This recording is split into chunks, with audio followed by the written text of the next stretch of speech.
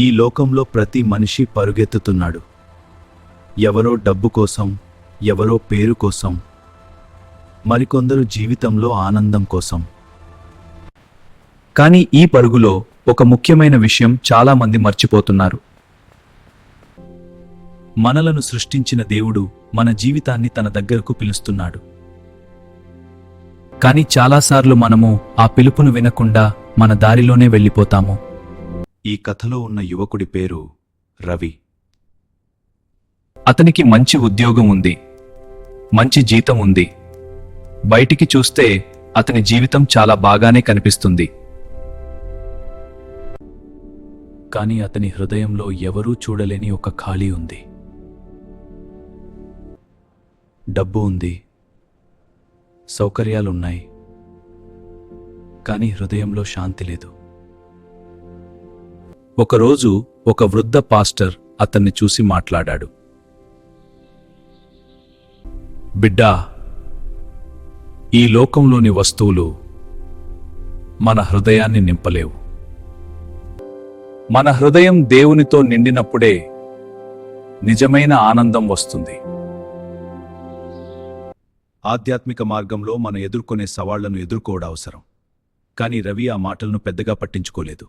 ప్రార్థన ద్వారా మనం ఆ బలాన్ని పొందగలం. అతను ఇలా అన్నాడు, ఇప్పుడు నాకు టైం లేదు సార్.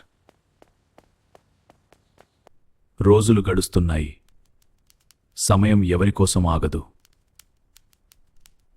రవి మరింతగా తన పనుల్లో బిజీ అయ్యాడు.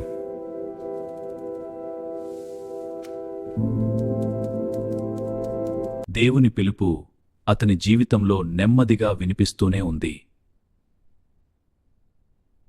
ఒక రాత్రి అతని జీవితాన్ని మార్చే ఘటన జరిగింది.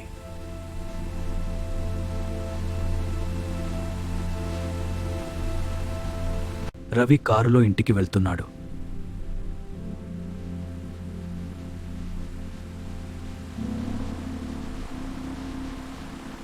అచానక్ అతని ముందే ఒక భయంకరమైన ప్రమాదం జరిగింది.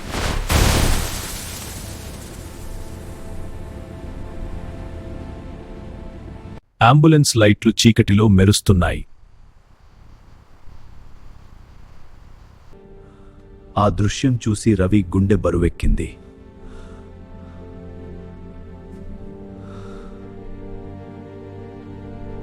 అప్పుడు అతని మనసులో ఒక ప్రశ్న వచ్చింది.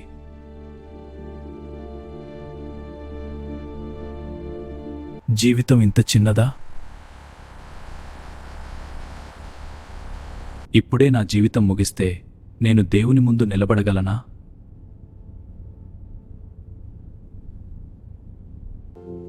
ఆ రాత్రి రవి ఒక నిర్ణయం తీసుకున్నాడు.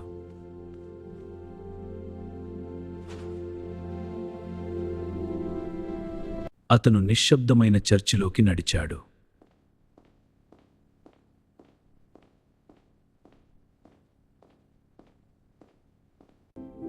అతను మోకాళ్లపై కూర్చుని దేవుని ఎదుట ప్రార్థించాడు.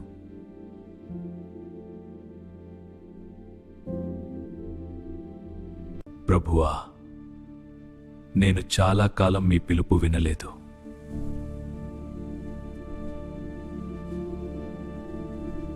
నా పాపాలను క్షమించండి.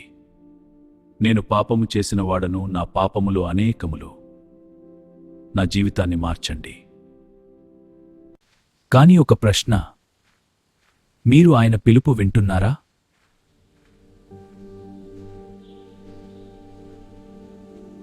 ఇదిగో నేను తలుపు దగ్గర నిలబడి తట్టుచున్నాను. ప్రకటన గ్రంథము 3:20.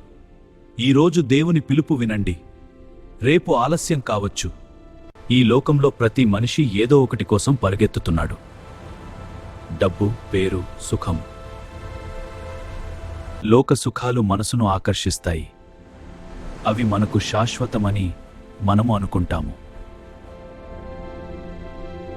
కానీ బైబిల్ చెబుతుంది, ఈ లోకము దాని ఆశలతో కలిసి గతించిపోతుంది. లోకంలో ఉన్నవి ఎంత గొప్పగా కనిపించినా అవి శాశ్వతమైనవి కావు. కానీ దేవుని చిత్తము జరిగించేవాడు నిజమైన జీవితం పొందుతాడు.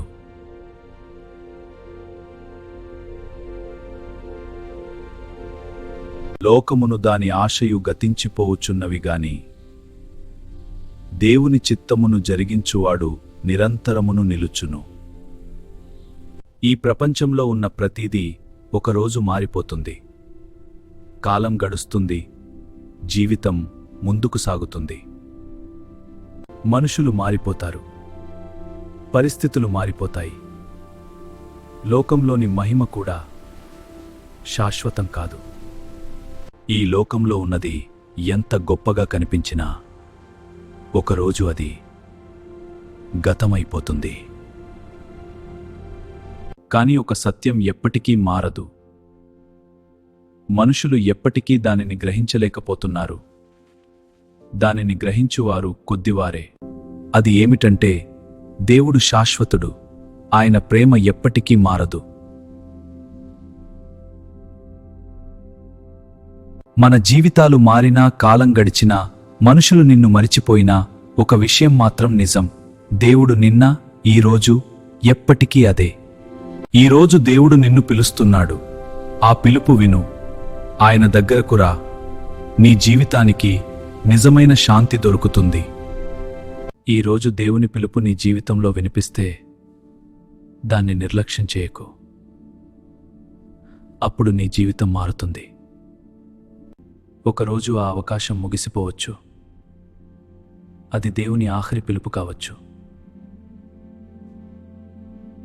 ఈరోజు దేవుడు నిన్ను పిలుస్తున్నాడు. ఆయన పిలుపు విను.